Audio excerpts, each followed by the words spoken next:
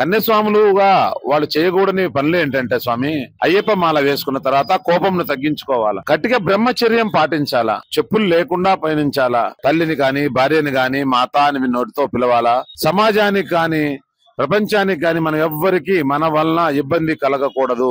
కన్యస్వాములు పాటించాల్సిన కొన్ని నిబంధనలు ఉంటాయి స్వామి. ఇవి ఖచ్చితంగా తూచా తప్పకుండా పాటించాలి అనే నిబంధనలు ఉంటాయి.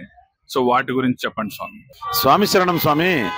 కన్యస్వామి అని కాను, అయ్యప్ప మాల వేసుకున్న ఏ స్వామి అయినా, 20 సార్లు వేసుకున్న మాల వేసుకున్న స్వామి అయినా, ఒక్కసారి వేసుకున్న ఒకటే స్వామి.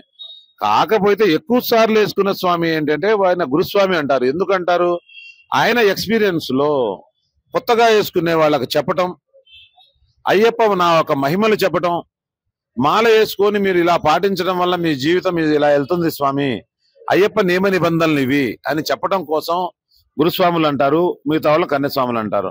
కన్యస్వాములుగా వాళ్ళు చేయకూడని పనులు ఏంటంటే స్వామి, అయ్యప్ప మాల వేసుకున్న తర్వాత కోపంను తగ్గించుకోవాలా, గట్టిగా బ్రహ్మచర్యం పాటించాలా, చెప్పులు వదలాలా, చెప్పులు లేకుండా పయనించాలా, చాప వేసుకొని చాప మీద పండుకోవాలా, స్వామి ఎవరిని కూడా భార్యను మాత అని పిలవాలా, తల్లిని గాని భార్యని గాని మాత అని నోటితో పిలవాలా, మిగతా వాళ్ళందరినీ స్వామి అని పిలాలా, మన ఇంటి పక్కలు బంధువులు అందరూ బాగుండాలని కోరుకోవాలా, మనము బాగుండాలని కోరుకోవాలా, సమాజానికి కానీ ప్రపంచానికి కానీ మనం ఎవ్వరికి మన వలన ఇబ్బంది కలగకూడదు, ప్రకృతికి గాని ఏమి ఇబ్బంది కలగకూడదు, మన వలన అంతా మంచి జరగాల.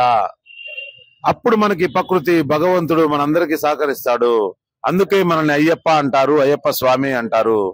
ఇప్పుడు కొత్తగా మాల వేసుకోగానే మనకు వచ్చి అందరు నమస్కారం పెట్టుకుంటున్నారు స్వామి అని. స్వామి అని నమస్కారం పెట్టుకుంటున్నారంటే మనం ఎలా ఉండాలా? మనల్ని అయ్యప్ప, అయ్యప్పే మనల్ని పోలుస్తున్నప్పుడు మనం ఏ విధంగా ఉండాలా?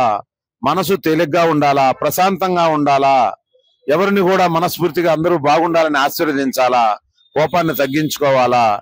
ఎన్నో సంవత్సరాలు అయిపోతుంటాయి. అయ్యప్ప అప్పుడు మనం పుడతాము, అయిపోయింది, సంవత్సరం అయింది, కొత్త సంవత్సరం వచ్చింది, అయిపోయింది.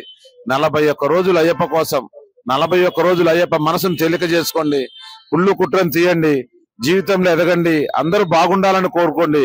ఈ ప్రకృతి భగవంతుడు తప్పకుండా మీకు మంచి జరుగుతుంది, మన సమాజానికి మంచి జరుగుతుంది. స్వామి శరణం, స్వామి శరణం అయ్యప్ప.